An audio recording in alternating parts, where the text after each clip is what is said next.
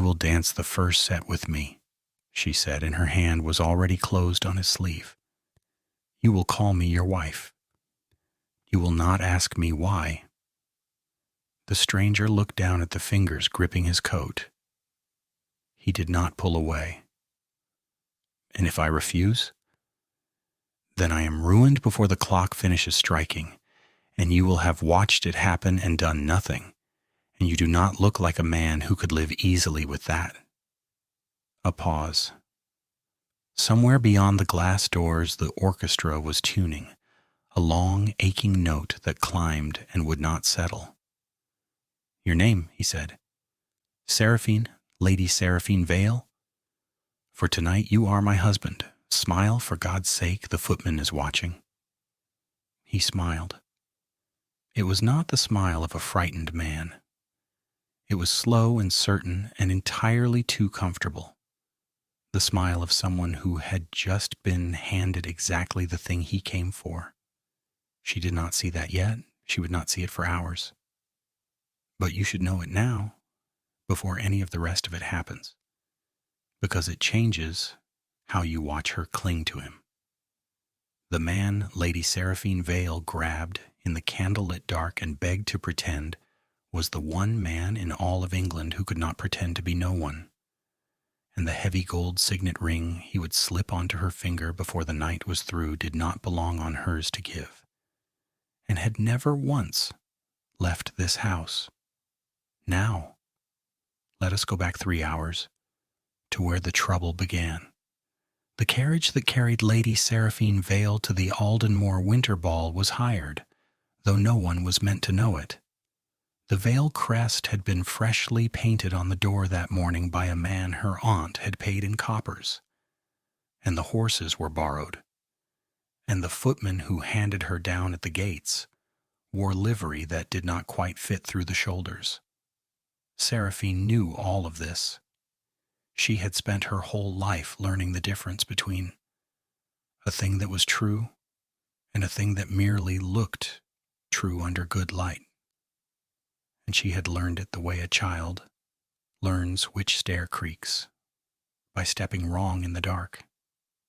Inside the carriage, as it lurched up the long drive, her aunt had reached across and gripped her wrist, hard enough to leave a mark. "The paint on the door is still tacky," her aunt said. "If a footman touches it, it will come away green on his glove. So you will step down quickly, and you will keep your skirts gathered, and you will not let anyone linger near that crest. Do you hear me? I hear you. And the carriage will not wait at the steps. It cannot wait. The driver has another fare at midnight, and we have not paid him for a minute past that. If you are not out by the great hour, you will walk." "I will not need to walk," Seraphine said. And she said it lightly and smiled while she said it, and kept her eyes on the dark window so her aunt would not catch the doubt in them. Her aunt looked at her a long moment in the swaying dark. "You used to lie better than that," she said, "when you were a girl. You could tell me the moon was a coin and I would have spent it. What happened?" "I grew up," Seraphine said, "and the moon turned out to be the moon." Her family was poor. This was the secret, and it was a loud one, the kind that announces itself at the seams. The Vale fortune existed entirely on paper, a beautiful architecture of debt, held up by the patience of creditors who had not yet decided to stop being patient. Her father had died, owing money to half the men in the room she was about to enter. Her aunt had spent the last of the silver on this gown, so that Seraphine might walk into the season's grandest ball, looking like a woman with options. The gown was crimson, off the shoulder, threaded with gold at the hem, and it was the single most expensive lie she had ever worn. "You will be married within the fortnight," her aunt had said that morning, pinning the last of Seraphine's hair, "or we will be in a debtor's cell within the month. I am sorry to put it so plainly. There is no longer room for the other kind of talking. She had been engaged once, and recently. That was the second thing you should know. Lord Marcus Crane had courted her through the spring with the appetite of a man choosing a horse, and he had proposed in a garden, and she had said yes, because saying yes was the only door left open in the house of her life. And then 11 days ago, he had broken it, cleanly, by letter. He had discovered, he wrote, the true state of the Vale accounts, and a gentleman could not be expected to marry a debt. He wished her every happiness. He had not stopped there. This was the part that turned the cold stone in her chest. Marcus Crane was a man who could not simply win. He had to be seen winning. He had wagered openly among the men of the ton that Lady Seraphine Vale would arrive at the Aldenmore ball tonight alone and husbandless, unclaimed, with no man's name to shelter behind, and that the entire room would understand in a single glance exactly what she was. He had bet 200 guineas on her humiliation. The wager was written in the book at his club. Half of London knew it. She knew it.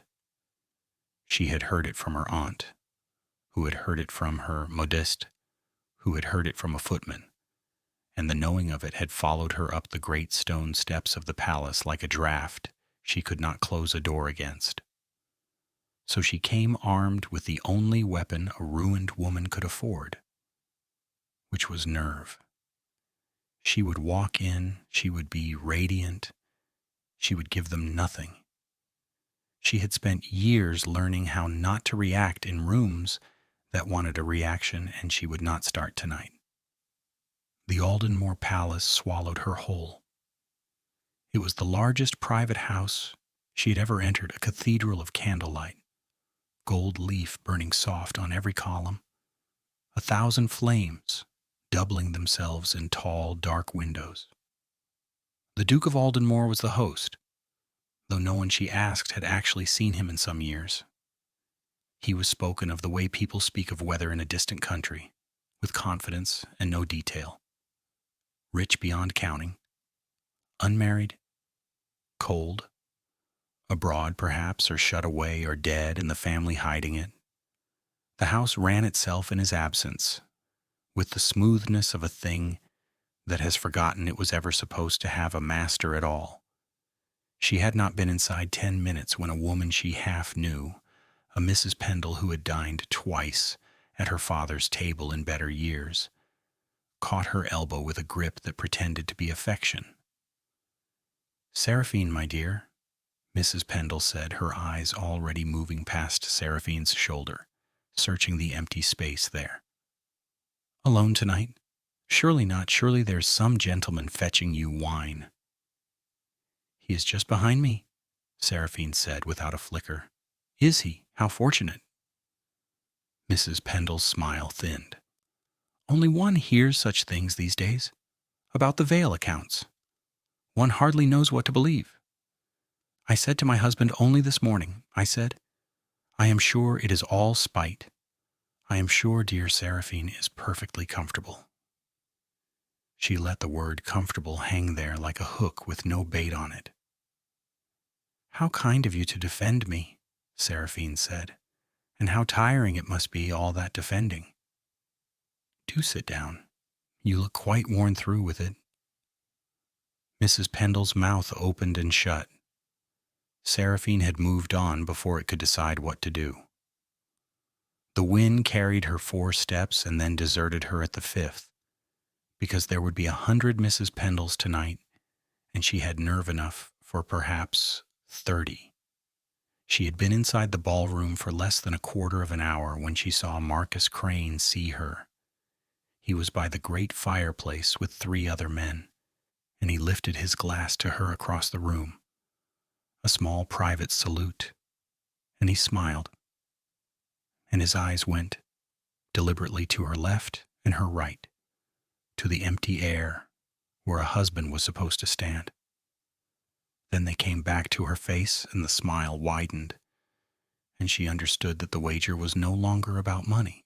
It was about this exact moment, repeated, all night, until the whole room was watching her be alone. The orchestra finished tuning. The first set would be announced soon. When it was, the floor would fill with couples, and the unpartnered would be left at the edges like the residue at the bottom of a cup, and Marcus Crane would have his 200 guineas and the far sweeter thing beneath it.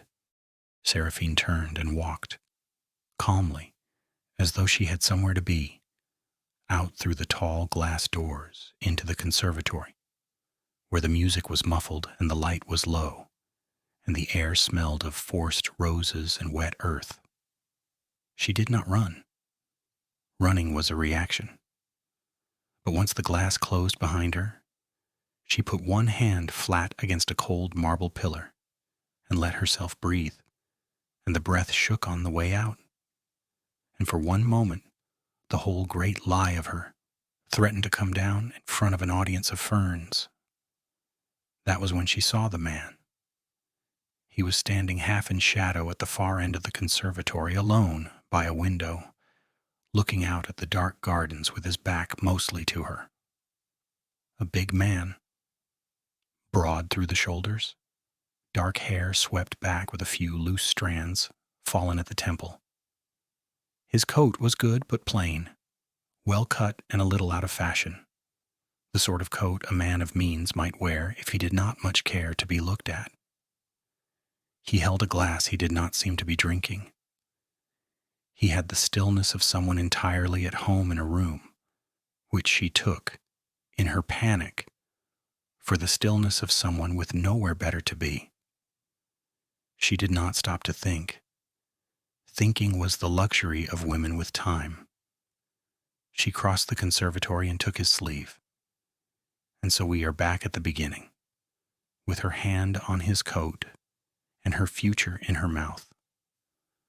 "You will dance the first set with me," she said. "You will call me your wife. You will not ask me why." He had turned. She got the full face of him then, and it gave her a half-second's pause, because it was not a comfortable face, it was a striking and slightly dangerous one. A strong, square jaw under dark stubble, a straight nose, and storm-gray eyes that moved over her with an attention she was not braced for. There was a faint old scar through his left eyebrow, white against the brown of him.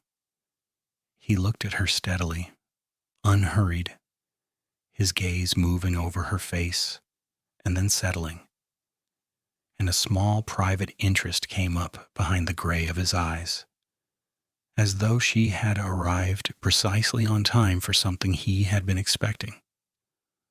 "And if I refuse?" he had said, and she had told him about the kind of man he did not look like. And he had smiled, his slow, certain smile, and asked her name, and she had given it, and now they stood close, in the rose dark, with the music swelling beyond the glass. "There is a man in that room," she said low and fast, "who has bet a great deal of money that I will walk through it alone tonight. I would rather die than let him collect. I do not have a husband. I cannot afford one. I have until the first set is announced to find a man willing to lie convincingly for the length of one ball, and you are the only man in this house not currently watching me drown. That is the entire arrangement. One night. You will never see me again. Will you do it or will you not?" For a long moment he said nothing. He looked at her face and then briefly at the empty third finger of her left hand, and something moved behind the gray of his eyes that she was too frightened to read. "What is the name," he said, "of the man who made the wager?" "Why does that matter?" "It matters to me. Tell me his name." "Crane," she said. "Lord Marcus Crane." And the strangest thing happened. The man's mouth did something at one corner that was not quite a smile and was certainly not warmth. a small private acknowledgment, as though a name he had been hunting had just walked obligingly into the light. "Very well, Lady Seraphine," he said. "I will be your husband for one night." He set down his untouched glass on the sill. "But if I am to be your husband, the thing must be done properly, or it will not survive the first quarter hour. A husband and wife are known by certain small evidences. We have none. We will need at least one." He drew off his right glove. On his hand was a heavy gold signet ring, old, worn smooth at the edges, a crest carved into its face too dark with shadow for her to read. He worked it off his finger. It came away reluctantly, as if it had been there a very long time. "Give me your hand," he said. She gave it. He slid the ring onto her finger. It was far too large. He closed her fingers around it so it would not fall. "There," he said. "Now you are married. Hold your hand so the gold shows. Lift your chin. And whatever happens in that room, do not look to me to be saved.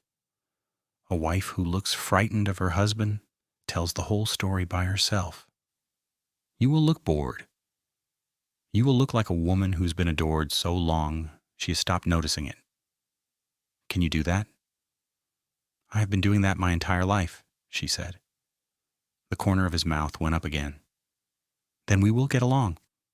Now, quickly, before we go in, tell me 3 things a husband would know, so that if I am asked, I do not contradict you. Where were you born?" "Hertfordshire. A house called Vale End. It is sold now." "How long have we been married?" "You decide that. You are the one men will ask." 2 months, he said at once. "Long enough to be done with announcements, short enough that no one is offended at having missed it. And the 3rd thing." He studied her. "Tell me one thing that is true, not a story, a true thing, so that when I look at you, I am not looking at a stranger."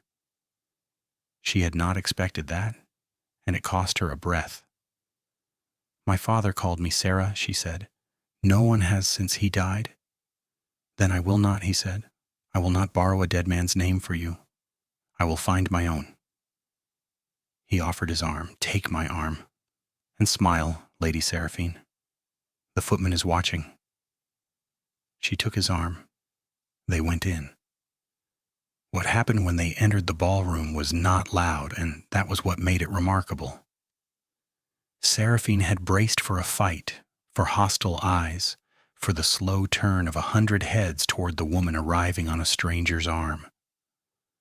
What she got instead was deference, and it came not toward her but toward him, and it came so naturally that at first she did not understand what she was seeing. A footman by the door, seeing them, straightened as though a string had been pulled through his spine, and bowed, and the bow was deep, far deeper than a plain-coated guest could command. The man at her side gave the smallest nod, the kind a person gives without looking, the kind that is habit and not courtesy. Another servant further in caught sight of them and went still and then crossed the room with quick, discreet steps and murmured something. And her husband murmured back, and the servant bowed again and withdrew.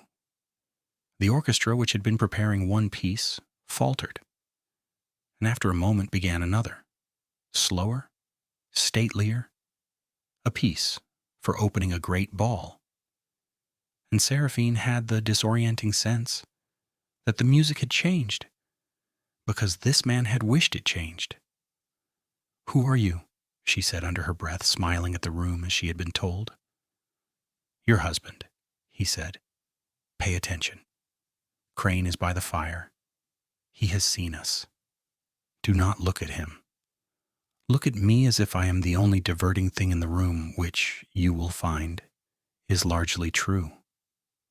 She laughed despite herself, a real startled laugh, and it was perhaps the best thing she could have done, because around them the nearest heads turned and stayed turned a beat longer, and the hard appraising looks loosened at the edges.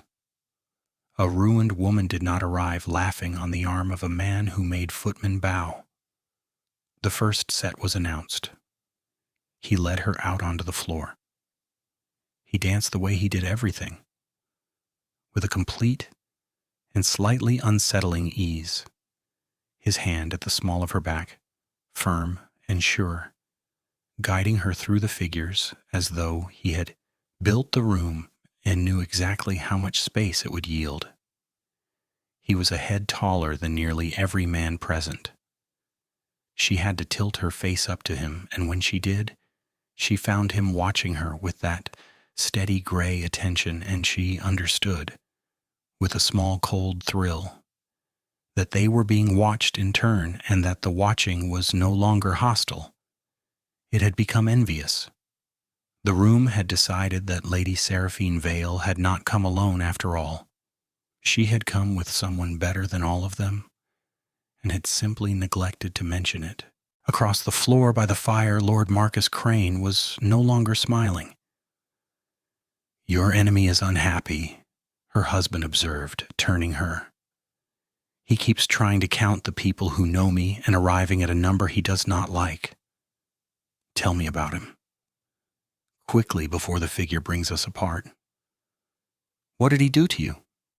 So she told him, in fragments, as the dance carried them together and apart. The proposal in the garden, the letter, the wager, the 200 guineas bet on her arriving alone. By the time the set ended, his face had gone very still, and the stillness was not pleasant, and she felt the hand at her back close a fraction tighter, possessive in a way she had not asked for and did not entirely mind. 200 guineas, he repeated quietly as he led her from the floor. "That you would arrive husbandless and disgraced." "Yes." "And he has told the whole room of the bet." "Half of London?" "Good," her husband said. "Then half of London will watch him lose it." A small clock somewhere had begun, though she did not know it yet, the way one never hears the first tick of a clock that will come to govern everything. The ball would run until the great hour, until the candles in the chandeliers burned down to their final third, and the host called the last set. And at some point in those hours the wager at Crane's Club would be settled one way or the other, by witness, by what the room had seen. She had bought herself a beginning. She had not bought herself the night. The lie had to hold for hours yet, and a lie she knew better than anyone is heaviest at the end. If you are enjoying watching her hold this together, do me one small kindness and subscribe, because the channel lives or dies on whether the room is full, and I would very much like to keep telling you stories like this one. Now back to the ball, where the lie is about to be tested. It was tested first by an old woman. She was small and silver-haired and upholstered in gray silk, and she came at them through the crowd with the unstoppable forward momentum of the very old and very rich, and the crowd parted for her, and Seraphine felt her husband beside her go briefly and completely rigid, the only crack she had yet seen in his composure. "Well," said the old woman, planting herself before them and looking up at the man on Seraphine's arm with eyes like two bright nails. "So you have come home at last, and married, it seems, without one word to anyone." There was a silence in which Seraphine felt the floor of her plan tilt. "Lady Marbury," her husband said smoothly, recovering, inclining his head, "you are looking well. I am looking old, which is a different thing, and you will not flatter your way past me. Who is this?" The bright eyes turned on Seraphine and traveled down her, halting at the gown, then the too large ring, then the chin held high, pricing each in turn and finding the sum suspect. "Speak, girl. Who are you to him?" And Seraphine, who had been told not to look frightened, looked instead amused, and lifted her ringed hand to touch a curl at her temple so the gold caught the light, and said, "I am his wife, my lady, lately married and quietly, because he is a man who does not enjoy a fuss, as I expect you have noticed across however many years you have known him." The old woman's eyes narrowed. Then, astonishingly, something in them warmed. "Ha," she said. "Quietly, yes. That is exactly how he would do it, the great sullen creature. Marry in a cupboard and tell no one, and let us all find out at a winter ball." She rapped Seraphine lightly on the arm with a closed fan. "And what did he give you then, by way of a token? A great fuss-hating man does not buy a ring at a jeweler's? He has been carrying mine since his christening, I shouldn't wonder. Show me your hand." Seraphine's heart stopped. To show the ring was to show the crest, and she did not know the crest, and the old woman would know it in an instant. But her husband's hand closed warm over her own, lifting it, turning it so that the ring caught the candlelight, and he said easily, "She wears the old ring, Lady Marbury. What else would she wear?" The old woman looked. Seraphine watched her look, watched the bright eyes flick to the dark crest and then up to his face. The old woman's hand stopped halfway to the ring and drew back, and her chin lifted, and for a moment she said nothing at all. "The old ring," Lady Marbury repeated very quietly. "Yes, so it is." She did not look at it again. Her gaze had gone strange and soft. "You have spirit," she said to Seraphine, and the lightness was forced now over something heavier. "You will need it. Whatever he has told you about himself, it is less than half, and the half he has kept is the half that matters." She looked up at him again, shrewd and fond and faintly sad. "Does she know?" she said. "What you are, does she know?" "Lady Marbury," he said, and there was a warning under it. "No," the old woman decided, reading his face, delighted and appalled. "No, she does not. Oh, you wicked thing, you wicked, wicked thing." And she laughed, a dry, rich laugh, and patted Seraphine's arm again, this time almost with pity. "Hold tight to him, child," she said, and moved on into the crowd and was gone. Seraphine stood very still. "What did she mean?" she said. "What you are?" "Lady Marbury," he said, "is 80 and given to riddles. Pay her no mind. The wine, look, they are bringing the wine. Take a glass and look like a woman who has never wanted for anything." He had reassembled himself entirely. The rigidity was gone. But Seraphine had felt it. The half-second where the great, calm machine of him had jammed, and she filed it away with the bowing footman and the changed music and the ring that did not want to leave his hand. A small, growing pile of facts that did not add up to a plain-coated stranger with nowhere better to be. The night went on, and the lie held, and the holding of it cost. This is the truth no one tells you about a beautiful deception. It does not fail all at once, it fails by inches. And you spend the whole of it paying out small coins of nerve you cannot replace. Twice she nearly named him to someone and caught herself, because she did not know his name. He had never given it. She hadn't thought to ask in the conservatory, and now to ask seemed impossible.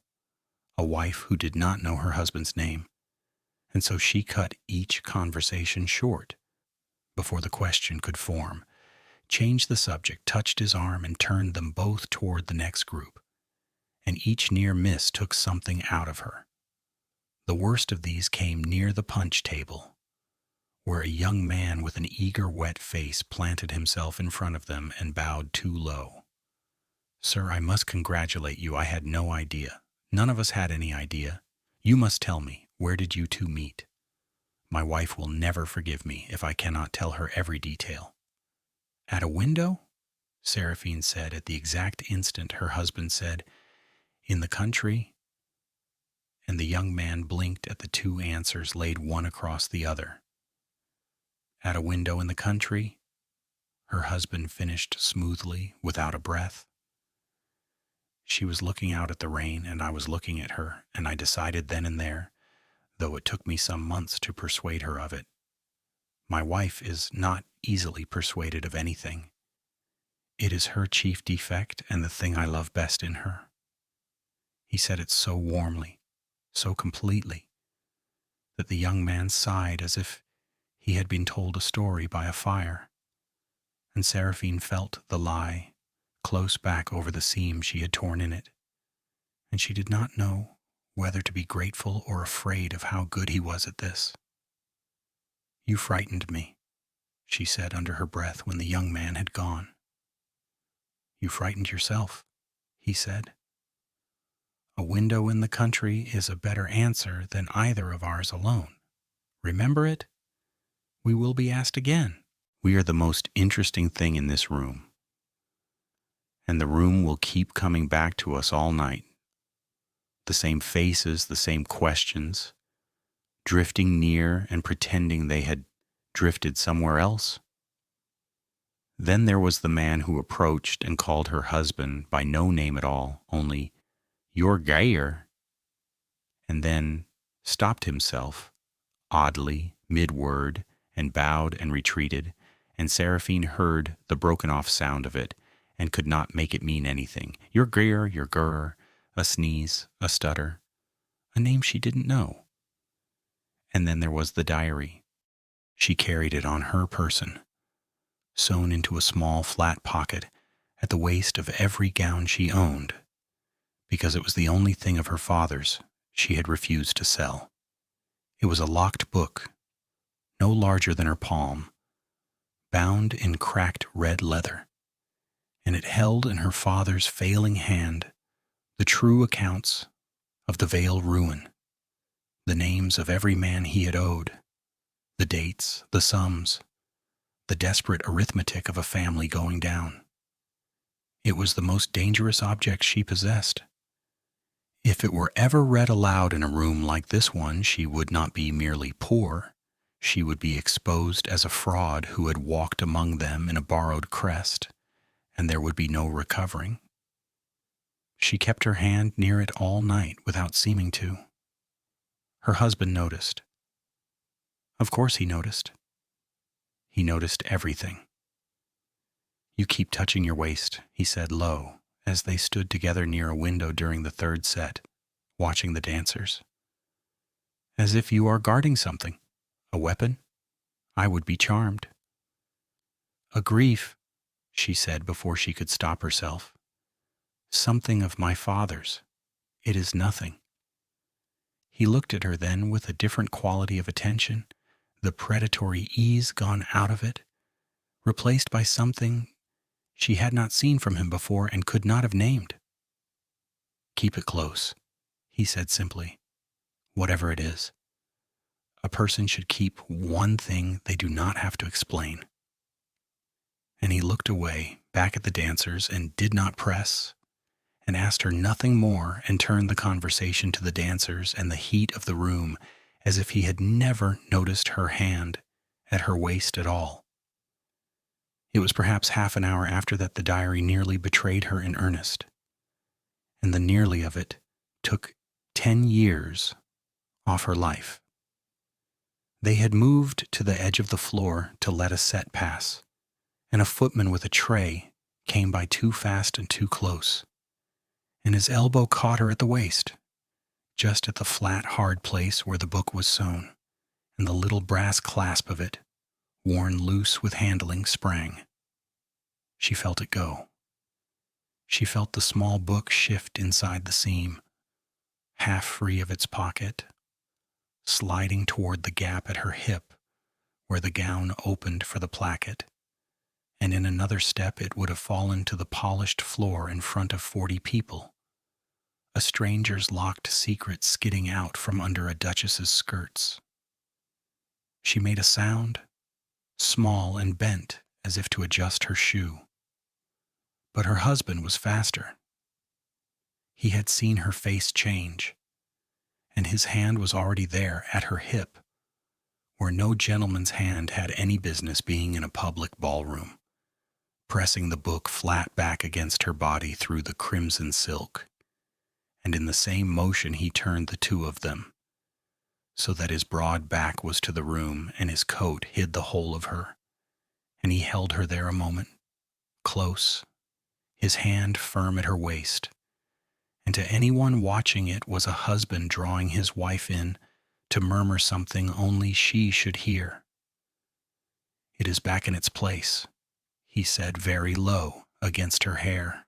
"Do not look down. Straighten. There. The clasp has gone. You will need to mend it before you sit, or it will do this again. Can you walk to the side without losing it?" "Yes," she breathed. Her heart was a fist against her ribs. "Then walk. I have you."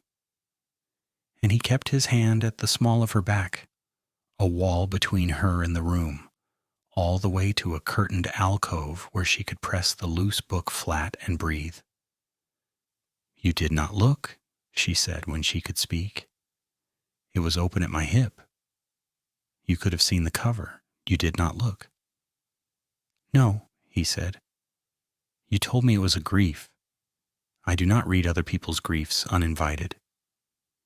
He said it simply as a plain statement of who he was, and Seraphine, who had spent 11 days learning exactly how much a man would take from a woman who had nothing, stood in the curtain dark and looked at this one and could not make him fit the shape she knew men came in. It was near the middle of the night when Marcus Crane finally made his move, because a man like Crane could not bear, in the end, to lose. Quietly, he had spent the evening watching his wager dissolve, watching the room he had promised would mock her instead admire her, and the watching had curdled in him. And now, with the candles burning down toward their final third and the great room at its fullest, he came across the floor toward them with two of his friends at his shoulders, and the bright, reckless look of a man who has decided to overturn the table. "Seraphine," he said loudly enough that the nearest dancers slowed. "Lady Seraphine, or is it some other name now? You must forgive me, I had heard you would be coming alone tonight." He let his eyes travel theatrically to the man at her side. "And yet—" "Lord Marcus," she said. Her voice did not shake. Years of practice. "How good of you to take such an interest in my arrangements." "An interest, yes." His smile was all teeth. "You see, there was a small matter of a wager.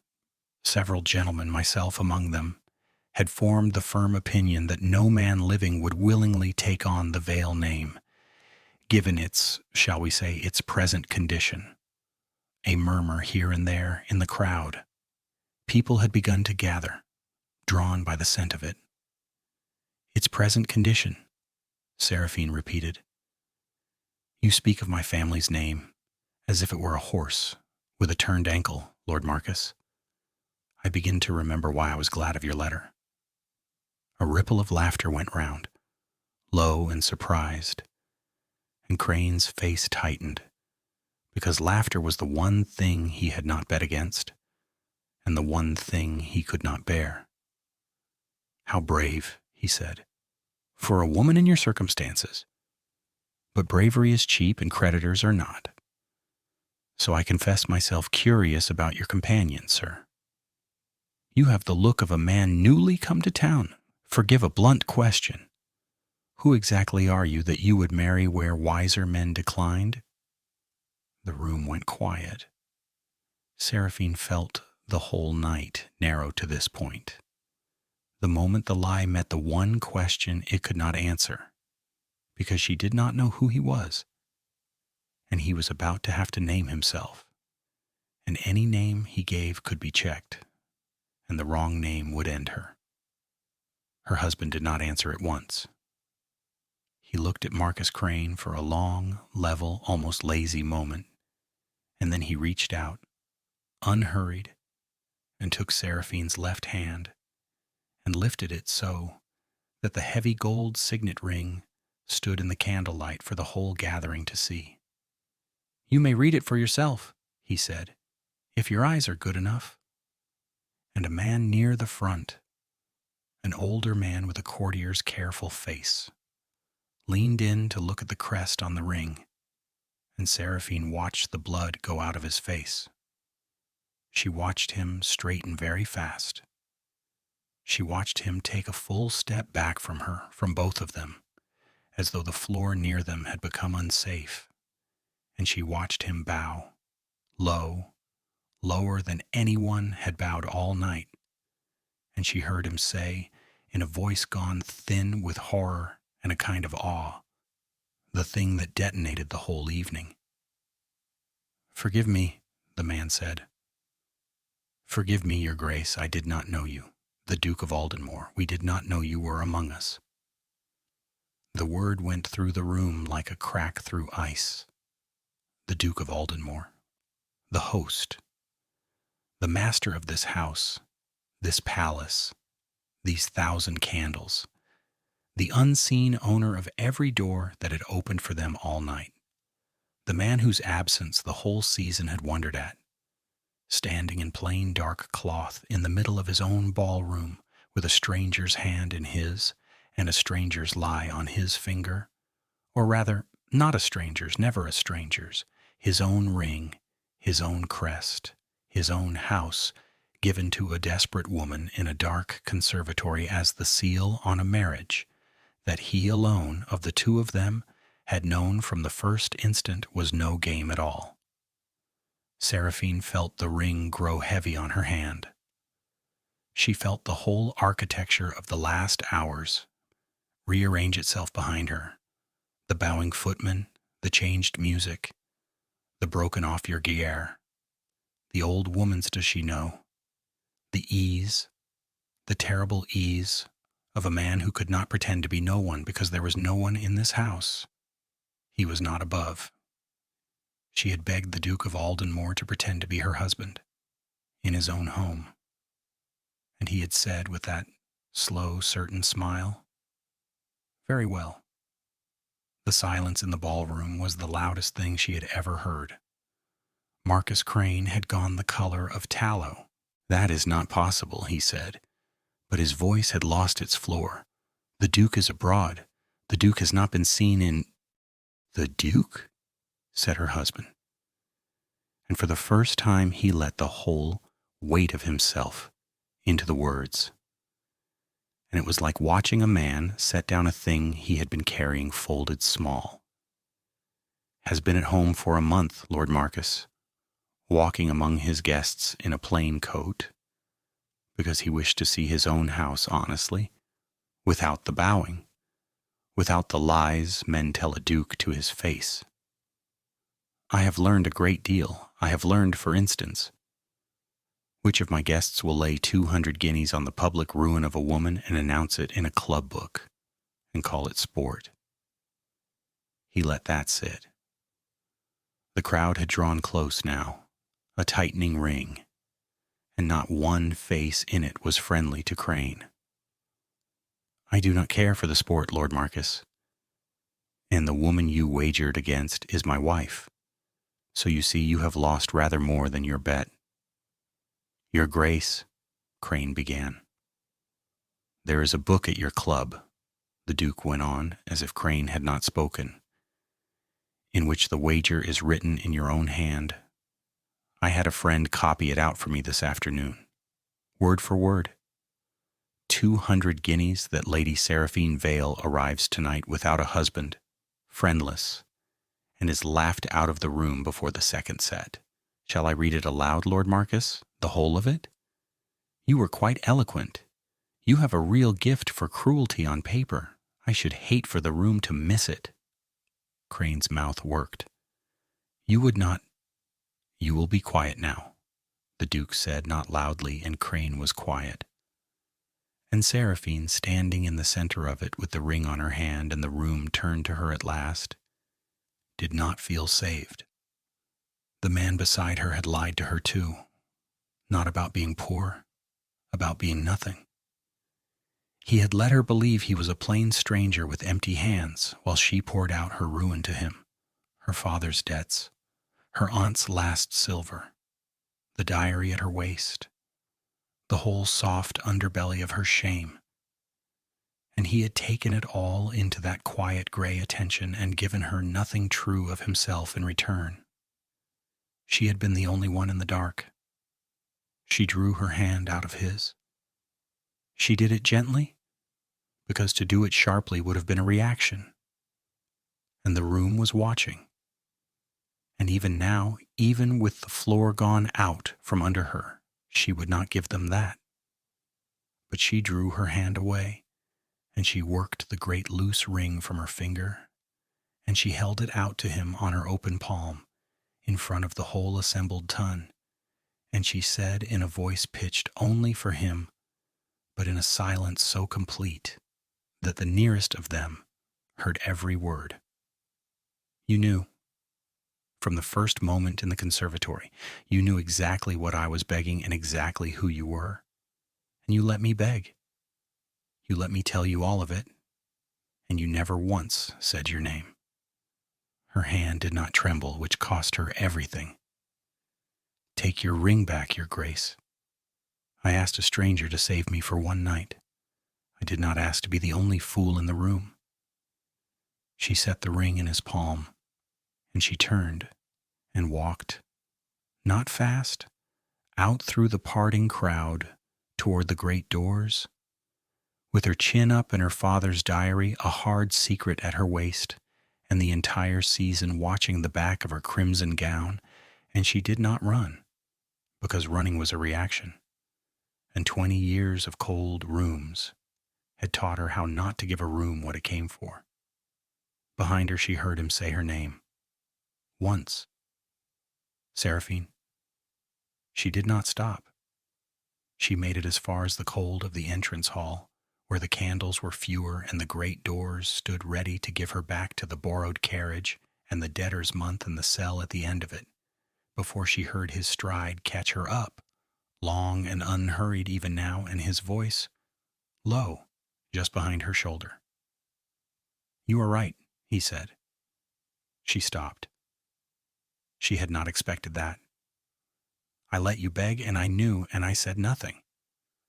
You are entirely right, and I find I cannot defend it, which is a sensation I am not accustomed to. She turned. He stood a few feet off. The ring closed in his fist, his gray eyes for once holding nothing easy at all. Will you let me tell you why, or will you go? You have earned the choice. I will hold the door myself if you want it. Tell me why, she said. Quickly, the footman is watching. The corner of his mouth moved. That small acknowledgement. But there was no ease in it now. I came down to that conservatory, he said, to be alone because I am not, as a rule, fond of my own balls. And a woman I'd never seen took my sleeve and told me what I didn't look like a man who could do. And she was right about that too. I have spent my whole life being deferred to, Seraphine, bowed at, lied to, told what men think a duke wishes to hear. No one has asked anything honest of me in years. And there in the dark you asked me for something real, and you did not know who I was, and for the length of one set I was simply a man a woman needed, and not a title with a house attached. I should have told you. I told myself I would tell you. And then the telling kept becoming the thing that would end it, and I am ashamed to say I wanted the night more than I wanted to be honest. And that is the whole of it, and it is not enough, and I know it is not enough. No, she said, it is not. And there is the other thing. His jaw tightened. Crane. The moment you said his name, I knew this was no longer only your night. I have been hunting that man for a month for what he did to a tenant of mine. A girl with no one to speak for her. Ruined for sport, exactly as he meant to ruin you. I have wanted very badly to take something from him in front of everyone he wishes to impress. And then you handed me the means, wrapped in crimson, asking to be my wife. I will not pretend I did not see the use of you. You should know that too, since we are being honest at last. I used your trouble for mine. You are not improving your case, she said. I'm not trying to improve it. I'm trying to tell you the truth, since I owe you a great deal of it. He took a step closer. Here is the rest. Somewhere between the first set and the third, I stopped using you. I do not know the precise moment. Perhaps when you told the old woman I was a man who does not enjoy a fuss, which is the truest thing anyone has said of me in a decade. Perhaps when you said the thing at your waist was a grief, and I saw that you guarded it the way I guard the door of this house, against everyone all the time. Perhaps it was at your hip, when the book nearly fell, and I had your secret in my hand and gave it back to you without reading it, and you looked at me as if I had done something no one had ever done. I came to that conservatory wanting to ruin a man. I find I would rather know what is in the book at your waist, and why your eyes are the only ones in my house that have looked at me tonight as if I were difficult rather than important. He held out the ring on his open palm, exactly as she had held it out to him. I cannot give you back the lie, but I can give you the truth and let you decide what it is worth. The ring is real, Seraphine. The crest is real. The house is real. The only false thing in any of it was the hour I let you think you were the only one keeping a secret. Take it or do not, but take it knowing what it is this time. She looked at the ring. She looked at the man.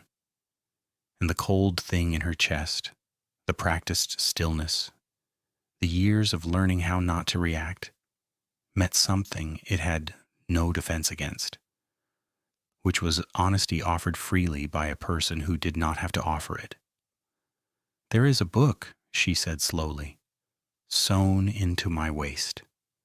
It holds every debt my father died owing, and the names of every man in that room he owed them to, and the proof that the crest on my carriage was painted this morning by a man my aunt paid in coppers. If it were read aloud, I would be finished forever. I have never shown it to a living soul. She lifted her chin. I am telling you because you told me yours. That is the only currency I have left, Your Grace. The truth, traded fair. If you want the night, that is the price of it. Not the ring, the truth both ways, from here on. For a moment the Duke of Aldenmore, master of the largest house she had ever entered, simply looked at her, and then he did a thing she had not braced for. He laughed, low and real and astonished, and shook his head once, and looked down at the ring in his fist, and then back up at her, as though she had said something he would be turning over for years. Both ways, he said. Agreed. God help us both. And he held the ring a little higher. Then will you, Lady Seraphine Vale, who has nothing and lied beautifully and would not run when running would have been easy, do me the very great honor of letting me put this back where it seems very much want it to be.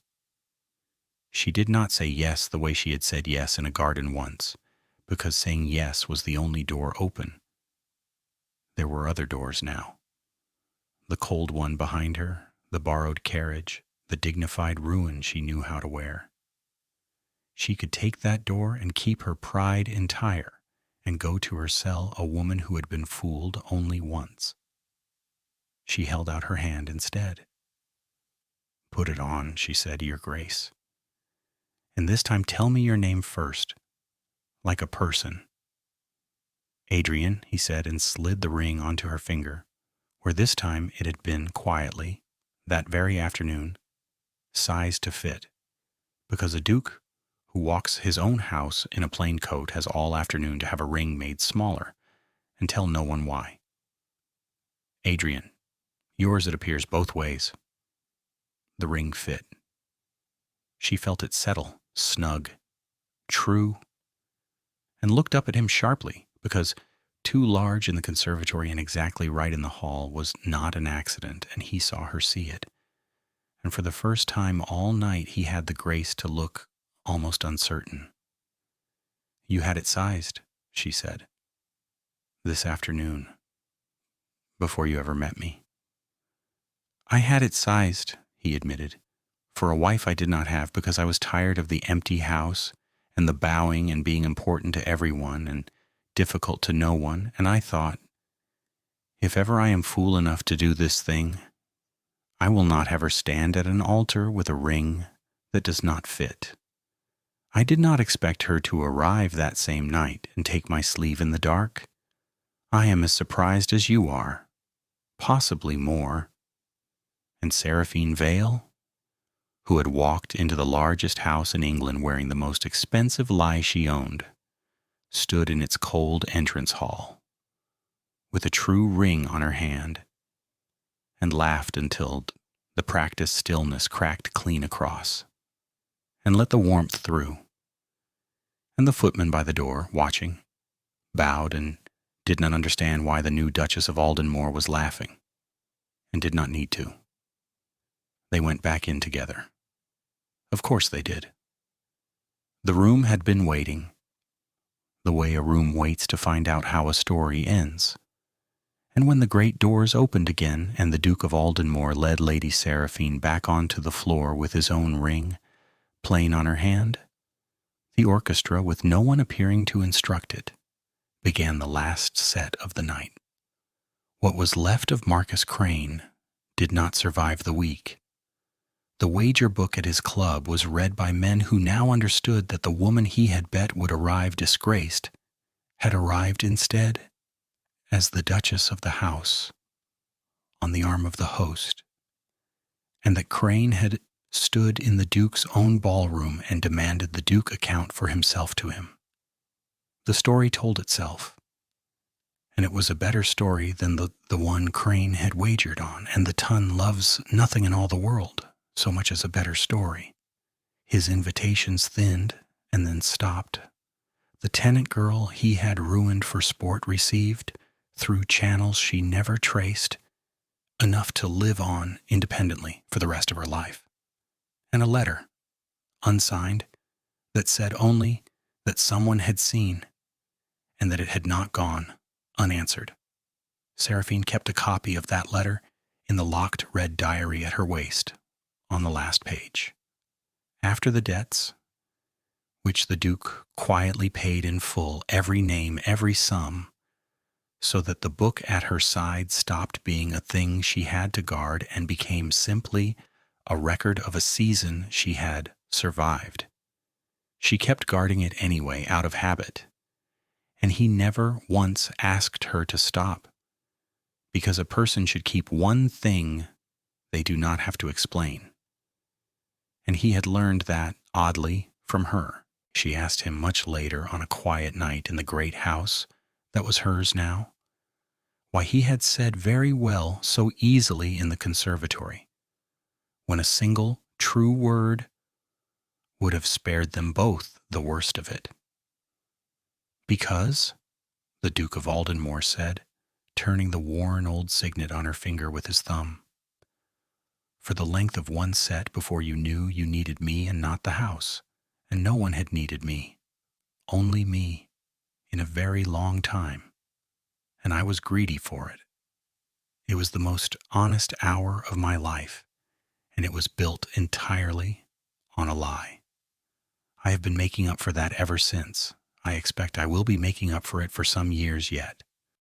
"You have made a start," she allowed, I have made a start, he agreed, and kissed the back of her hand where the ring sat, snug and true, and exactly the right size, and the candles in the great house burned down toward their final third, and for once, in a room that had always wanted a reaction from her and never once been given one, Seraphine Vale gave one freely, and meant it, and was not afraid of who saw.